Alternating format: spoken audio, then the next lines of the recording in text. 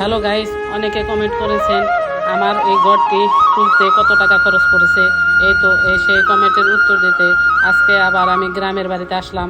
আমার এই ঘর দিতে কত টাকা খরচ করেছে আপনাদেরকে আজকে জানাবো। সেই ঘরটি দিতে আমার অনেক গ্রামের অনেকেই দেখতে আসে, খুব সুন্দর হয়েছে। এই আনন্দে আমি সবাইকে একটু মিষ্টি বিতরণ করতেছি। এই তো আমার গ্রামের লোকজনকে আসছে সবাই দেখতে, আমিও মহা খুশি। আপনারা সবাই কমেন্ট করেছেন আমার ঘরটি অনেক সুন্দর হয়েছে, এই জন্য আমার মনটাও খুব ভালো। এর জন্য আমি গ্রামের বাড়িতে আসলাম আপনাদের কমেন্টের উত্তর দিতে।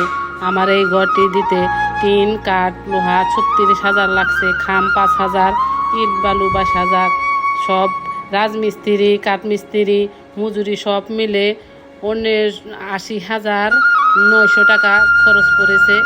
মানে আমার ঘর দিতে টোটালে খরচ হয়েছে 79,900 টাকা। আরও আমি অনেক ফুলের গাছ কিনেছি, নিজে অনেক পরিশ্রম করেছি।